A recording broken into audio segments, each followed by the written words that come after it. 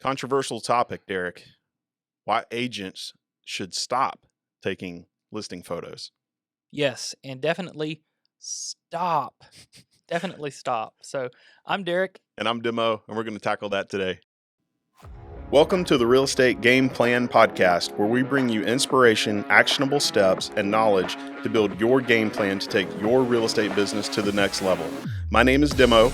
And I'm Derek, and we are licensed real estate brokers and your hosts for this podcast. Let's get started. Demo, I think it's important for real estate agents and everyone, but real estate agents to understand what their strengths and what their weaknesses are. Mm-hmm. And as real estate agents, we wear many hats Mm-hmm. and we're good at a lot of things, but photography may not be one of them. And you only get that one chance Mm-hmm. to make that first impression. That's right. And really stepping back from the whole perspective of this, new agent, experienced agent, this is your brand, right? The photos that are online with your name, this is your listing and you're looking at this information. That's your branding that you'll be able to take to the next seller, or that a seller in that neighborhood sees and says, well, I was thinking about using one of these two agents, but look at how this agent markets the other home in the neighborhood, and look at how this agent markets this other home in the neighborhood, right? And so you never know who's checking that out and who's remembering who has the better marketing, which if you really think about it, photos are that first marketing piece typically, right? For that property, it's not a Facebook, live video. Typically it's not something else. It is that listing photo that is shared, through all these third-party vendor sites, right? That people see. So, today we're going to talk about three things that really are critical and why listing agents should stop taking those listing photos. And the first one is the eye. We have equipment here that is phenomenal. iPhones and some of the Android phones are fantastic. Really close from what some of the experts say into a lot of the DSLR type cameras. But really, who is behind that camera? That even if you have a nice camera, right? Yes. Who is behind the camera? Who's behind the cell phone and taking that picture? Because we've all scrolled through listings and seen the landscape mode, portrait mode, landscape, portrait. And it kind of throws off the experience of looking at that property through MLS or one of these third-party sites.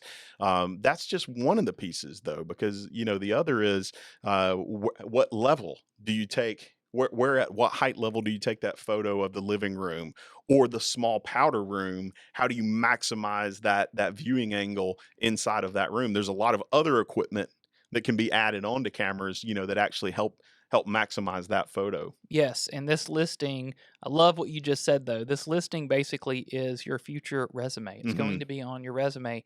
So it's so important. And the professional photographer they are a professional and they do this on a regular basis and they've got the equipment. Maybe they even have a drone, drone photography, etc. There's a lot of different packages that can be purchased. So they have editing software, professional editing software. They're able to adjust the lighting and do a lot of things in post that you as the agent are not going to, you're just not going to have those tools, and they're very expensive. Yes, very expensive software, and can make a world of difference, right? Maybe you had this photo session even with the professional photographer, right? Set up for a day, and it just was a little bit more of a cloudy day. There's not a ton of natural light that was able to come into this great room that you thought was going to just really showcase this home.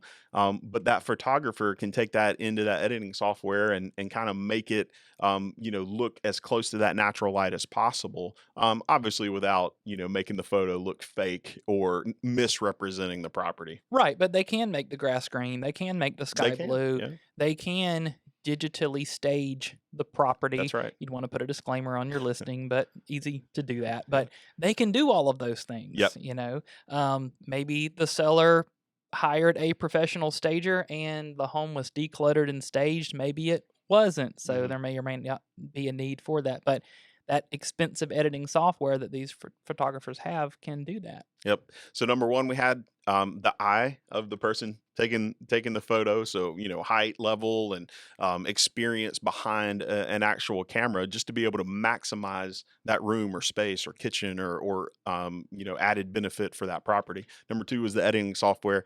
And number three is the perception. And so that can be a little bit tricky when we start talking about that. But really, what that means is if you are the consumer and you're on one of the third party sites, scrolling through photos, and you're like, oh, this property it looks great from the outside. Maybe there's a great, exterior photo, but you get to the second one and the third one and the fourth one, and you notice that there's a landscape photo, and then there's a portrait photo, and then you notice that there's a little bit darker on this side of the room, and maybe the countertop. You're like, is that a huge, crack in the countertop? I can't tell because of the angle. And you keep going through these pictures, and you just really don't feel as excited as you did when you maybe drove past the property, or maybe your friend told you about the property, or maybe you've been looking at this neighborhood or area for a while, and you're like, I can't wait to see what this property looks like. And you scroll through the photos, and you're like, oh, it doesn't look like what I thought it was going to look like. I don't even know if I want to go see it. Or the other side of that is, I want to go see it, and then I probably know there's not going to be a ton of people that are knocking down the doors to go see it, because look how it looks online. Maybe I'll get a discount, right? Maybe I can ask for money off of that house or something like that. So you're really not setting up your seller for success. Right. That perception of the bad photography is that property is not as nice, Hmm. is seller maybe more willing to sell for a lower price. Just the overall quality is lesser Hmm. versus the really nice photography, bright photography, professional. It's going to have a more expensive feel and more of a chance that that buyer on the other end of that computer screen or phone is going to think, wow, this listing is worth it. I want to go see it. Yep. Definitely. I think I would take the chance of having a professional photographer come out to your next listing, take the photos, but you be there, obviously. Bring your cell phone or your camera or whatever you like to use, and take photos from a similar place. Let them get through the house, and you say, okay, it was right here, let me take this photo, and compare those photos afterwards when you get the final professional edited photos back, and just take a look. And I think you'll be surprised if you're honest with yourself. I've done this before. This is why I'm suggesting it. But I love using a professional photographer because, number one, it represents that current seller. And then, like we talked about earlier, that is your book of business. That is your branding kit as you go forward and meet with other sellers and say, this is a property we listed just down the street. And they say, oh, yeah, I remember that. It had the great outdoor picture or drone picture. There's also a pole that in the front of the property they'll put a camera on top of Yes. to be able to get maybe a street heightened view, right? Maybe the street's a little bit lower than the property sits, and so they'll be able to put that up just to take a direct view of the property. So a lot of equipment that they can use to just make it look amazing. Yes, and those photos with the extension, they look great. Yes. They really do. And it does. Again, going back to the resume, this is your ability to show future sellers what you're willing to do for them. Hmm. Because if they see that you did such a great job on a previous listing, they are going to know that that is your brand. That's the type of work that you produce. And I love a challenge, so I absolutely would do that. And hey, you will probably learn something. Yes. Maybe you choose to keep using the professional photographer. You probably will, Hmm. but you're probably going to pick up a few tricks. That's right. That's right. At least you'll be able to have the eye for it next time you see it. So I'm Demo. I'm Derek. We appreciate you. You've been listening to the Real Estate Game Plan Podcast. Don't forget to like and subscribe on YouTube and leave us a 5-star review on your favorite podcast platform. Thank you for listening.